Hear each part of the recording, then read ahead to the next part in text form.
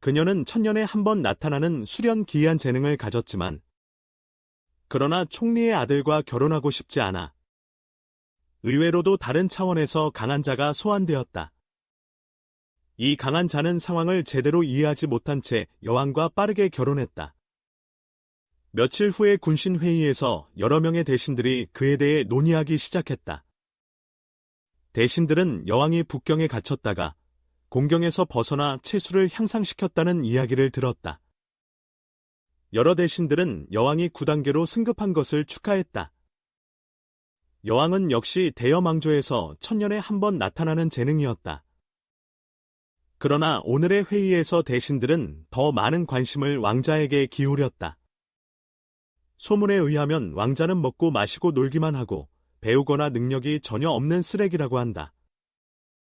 대신들은 일치하여 확신한다. 분명히 이 왕자는 외모가 뛰어나 여왕을 현혹시켜 결혼시켰을 것이라고 생각한다. 그러나 이전의 대신은 항상 여왕에게 자신의 아들과 결혼하라고 했다. 그런데 이번에 갑자기 왕자의 계획이 엉망이 된 것에 대해 총리는 결코 용서하지 않을 것이다.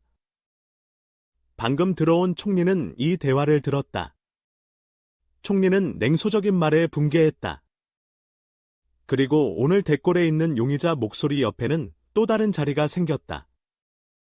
총리의 아들 류세민은 그 자리를 보고 내면에서 굉장히 분노했다. 왜냐하면 그는 그 자리가 원래 자신의 것이라고 생각했기 때문이다. 그런데 갑자기 한 쓰레기에게 빼앗긴 것이다. 곧이어 여왕과 슈우천이 함께 들어왔다. 여왕은 직접 용의자에 앉았다.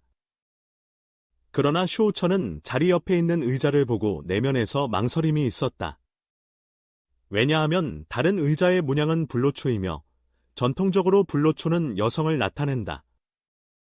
슈우천은 남자로서 이 의자에 앉고 싶지 않다. 여왕은 슈우천이 의자에 앉기를 주저하는 것을 보고 말을 걸었다. 슈우천이 의자를 보며 말하려 할 때 여왕은 이미 슈우천을 위해 의자를 일반적인 의자로 바꾸라고 2명의 청체에게 명령했다. 이 모든 일을 슈우천이 어떻게 생각하는지 여왕은 이미 알아차렸다. 그래서 여왕은 슈우천이 그 의자에 앉을 것을 원하지 않는다는 것을 알고 직접 해결하려고 했다. 여왕은 2명의 청체에게 명령하여 그 의자를 평범한 의자로 바꾸도록 했다. 모든 일을 처리한 후 여왕은 슈우천에게 눈짓을 보내어 그가 빨리 앉도록 했다. 슈우천은 이제야 상황을 이해했고 모든 것이 여왕이 연극을 연출한 것임을 깨달았다. 슈우천은 여왕의 생각에 감탄했다. 그래서 그도 여왕의 연기에 협조하여 계속 연극을 펼쳤다. 그래서 슈우천은 이 의자에 누워 다리까지 올렸다. 슈우천은 자신의 능력을 완전히 펼치며 만족스러운 공연을 펼쳤다. 슈우천의 공연은 아래에 있는 대부분의 사람들에게 웃음을 짓게 만들었다.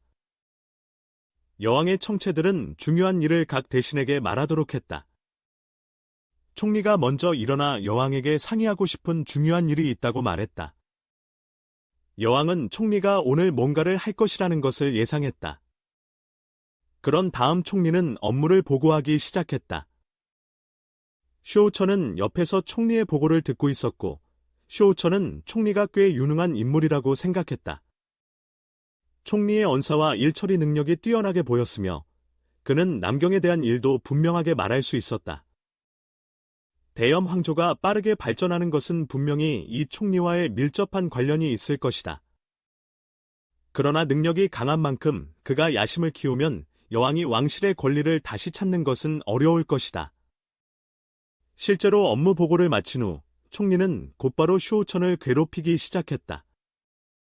총리는 슈우천의 능력이 왕자의 자격에 미치지 못한다고 말했다. 총리는 여왕에게 슈우천의 왕자 허가를 취소하고 슈우천을 바로 처형해달라고 요청했다. 이 말이 나오자 대신들은 자동적으로 두 그룹으로 나뉘어 여왕을 지원하는 그룹과 총리를 지원하는 그룹으로 나뉘었다. 슈우천은 여전히 의자에 편안히 앉아 있었고 모든 일이 자신과는 상관없는 것처럼 보였다.